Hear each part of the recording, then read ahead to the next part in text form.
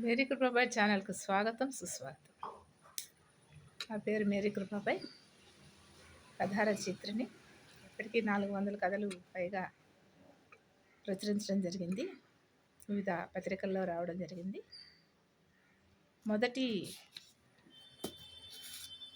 Release చేసినటువంటి book కథాంజలి. దీనిలో 100 కథలు ఉన్నాయి. ఈ కథల నుండి ఒక్కొక్కటిగా మీకు పరిచయం చేస్తున్నాను. దీనిలో మరొక కథ ఈరోజు మేము ఉంచుతున్నాను. కథ శీర్షిక వీడిన మబ్బు అనేటువంటి టైటిల్ పెట్టడం జరిగింది.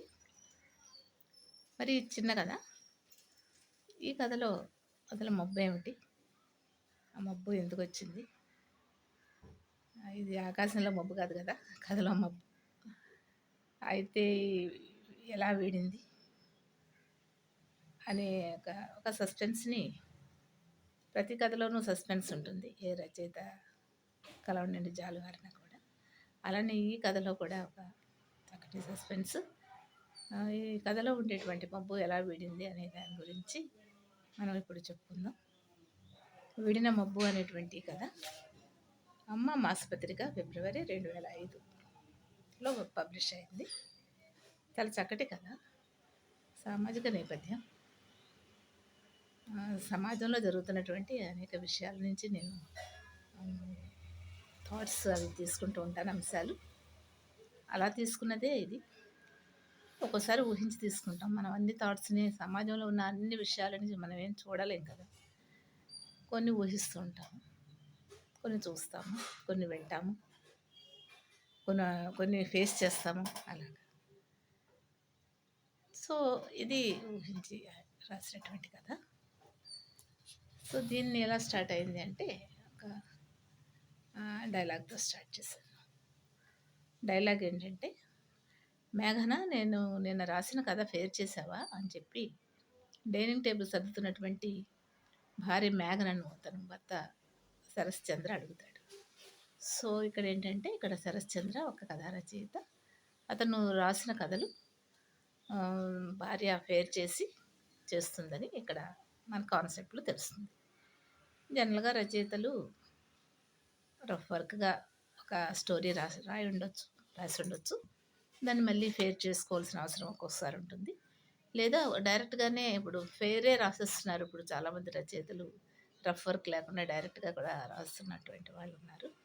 నేనైతే ఒకప్పుడు రాసి ఫేర్ చేసుకునేదాన్ని, కానీ ఇప్పుడు చాలా కాలం నుంచి డైరెక్ట్గానే రాస్తున్నా. ఇక ఫేర్ చేసే అసలు సిస్టమ్ లేకుండా డైరెక్ట్గా రాస్తాను. కానీ ఒకప్పుడు నేను కూడా ఫేర్ చేసేదాన్ని.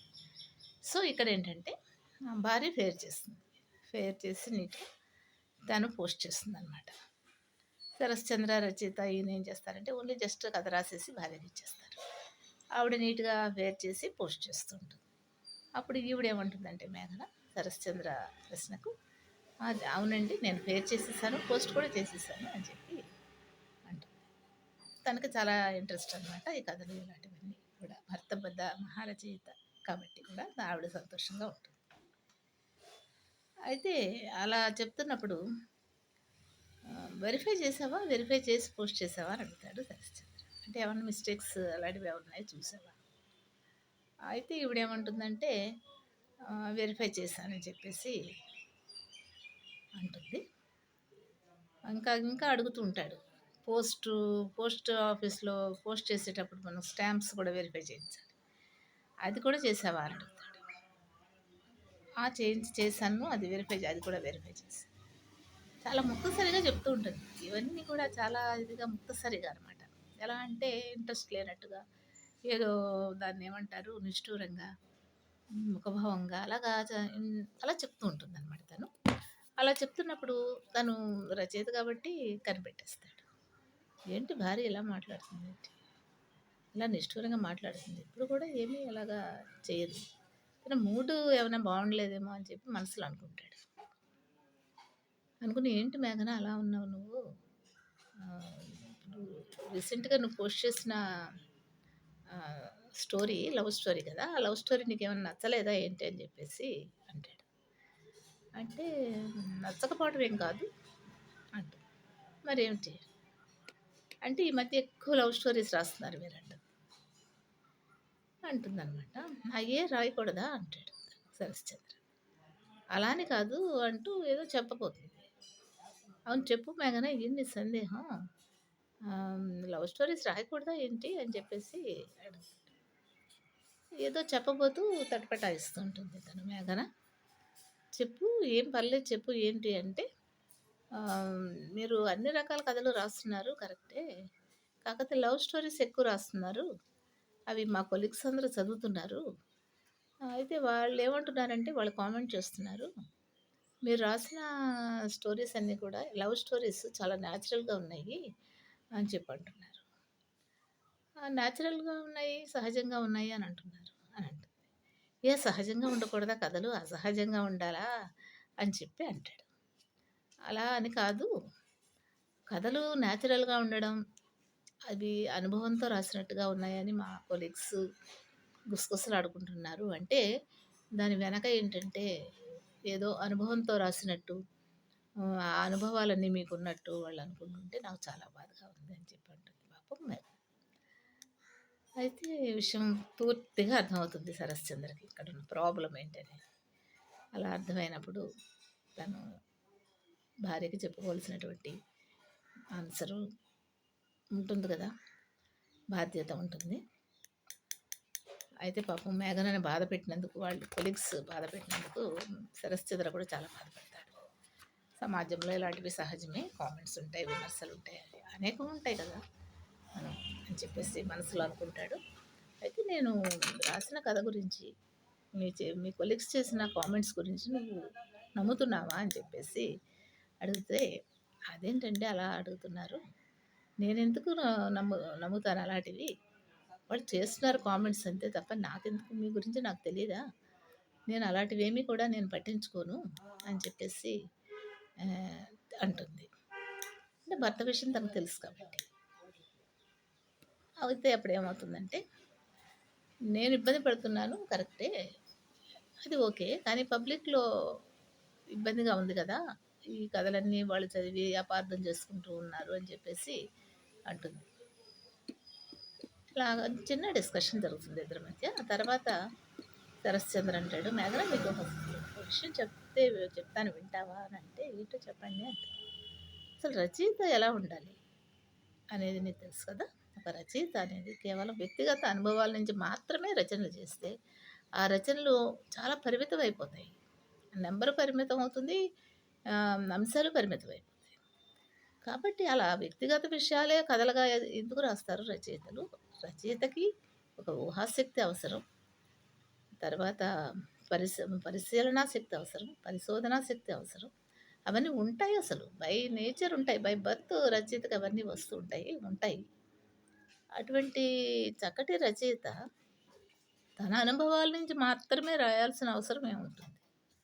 పక్క వాళ్ళ అనుభవాలు లేతే విన్నవి, కన్నవి ఇలాంటివన్నీ కూడా ఊహించినవి అలాంటివన్నీ కూడా రాసేటువంటి ఒక చక్కటి వ్యక్తి సామాజిక రచయిత అవుతాడు గానీ, తన అనుభవాలే రాస్తే అవేవో వ్యాసాల్లాగా మారతాయి తప్ప స్టోరీస్‌లాగా ఏమి ఉండవు అని చెప్పేసి. అయితే ఒక రచయిత ఒక బ్యాంక్ లూటీ గురించి రాసాడు స్టోరీ అనుకుందాం. అతను బ్యాంక్ లూటీ చేసినట్టేనా? అనంటే, కాదండి అలా ఏముండదు అని అంటుంది తను మేఘన. మరి అలా సంకుచితమైన మనస్తత్వంతో ఉండి కామెంట్ చేసినటువంటి మీ కొలీగ్స్ మాటలు నువ్వు పట్టించుకోవచ్చా? అంటే, లేదసలు నేనేం పట్టించుకోవట్లేదు. కాతే కొంచెం మనసు నొచ్చుకుంటుంది గదా! ఇట్లాగా వాళ్ళందరి మధ్యలో అని చెప్పేసి అంటుంది. అయితే,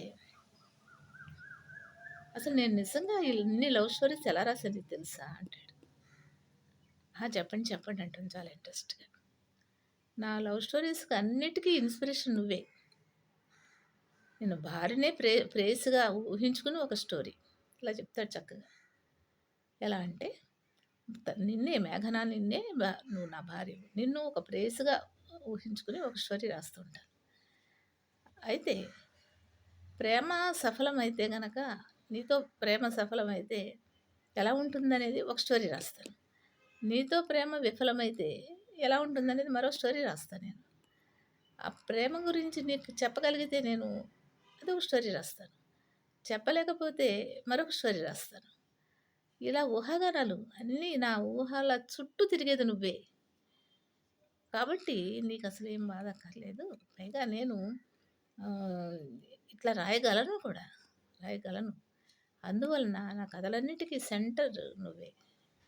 ఇప్పుడు భార్యను ఒక కేంద్రంగా తీసుకొని నేను రాసేటువంటి కథలు అవి నిజంగా వాస్తవాలుగా రూప రూపొందించుకుంటాయి తర్వాత కాలంలో అని చెప్పేసి ఇవన్నీ చెప్తాడనమాట. చాలా అనురాగంతో, ప్రేమతో భార్యతో ఇలాంటి విషయాలన్నీ చెప్పేసరికి ఆవిడ చాలా పులకించిపోతుంది భర్త మాటలకి. తన భర్తలోని విశాల హృదయాన్ని, ఊహాశక్తిని, పరిశీలనాత్మక శక్తిని అవగాహన చేసుకోలేకపోయానే అనే బాధతో తనను తానే నిందించుకుంటుంది మేఘన. ఏమిటి మేఘన ఇంకా ఆలోచిస్తున్నావు అంటాడు. ఇప్పటికే పొరపాటు చేశాను. ఇంక కొత్త ఆలోచనలేం లేవు అని చెప్పేసి, ఇప్పటికే మిమ్మల్ని బాధపెట్టాను అని చెప్పేసి అంటుంది. అట్లాగా వాళ్ళ మధ్య ఉండేటువంటి మబ్బు. ఇప్పుడు ఏ మబ్బు తొలగిపోయింది అంటే, ఇటువంటి మబ్బు తొలగిపోయింది. అపార్థం అనేటువంటి మబ్బుని వాళ్ళే చక్కగా తొలగించుకున్నారు. ఏదైనా కూడా తొలగించుకోవాలి ఇటువంటి విషయాలంటే చెప్పాలనమాట. మనసులోనే ఉంచుకుని కాంప్లికేట్ చేసుకోవడం కంటే చక్కగా చెప్పి జీవిత భాగస్వామితో అలాగా చెప్పుకోవడం వలన అసలు ఈ ప్రాబ్లమ్స్ అన్నీ కూడా పోతాయి. మరి ఒక గొప్ప సామాజిక రచయిత భార్యగా నాకు చాలా లక్షణాలు అవసరం అని చెప్పటం చివరికి. మీకు ఇన్ని లక్షణాలు ఉన్నాయి కానీ వాటిలో చాలా లక్షణాలు నాకు కూడా అవసరం. ఎందుకంటే ఒక రచయిత భార్యగా నాకు కొన్ని క్వాలిఫికేషన్స్ ఉండాలి అని చెప్పేసి తను అంటుంది. అమ్మయ్య ఇప్పటికి అర్థమైంది నీకు బాగా అని చెప్పి తన మనసు తేలికవుతుంది అని చెప్పేసి సరేలే ఈ విషయం అంతా ఈ టాపిక్ అంతా స్టోరీ లాగా రాస్తా నేను అని చెప్పి నాకు మరో కొత్త కథకి ఒక ప్లాట్ దొరికింది అని చెప్పేసి భార్యని మెచ్చుకుంటాడు శరశ్చంద్ర. అయితే రాయండి, నేను దాన్ని ఫేర్ చేస్తాను, పోస్ట్ చేస్తాను అంటుంది మేఘన. శరశ్చంద్ర సరే మబ్బు విడిపోయినందుకు చాలా సంతోషపడతాడు. అది కదా ఎండింగ్. సో ఈ కథని మీరు విని చక్కగా ఆదరిస్తారని, సబ్స్క్రైబ్ చేస్తారని, లైక్ చేస్తారని కోరుకుంటున్నాను. మీ మేరీ కృపాపై కథా రచయిత్రి. Thank you very much.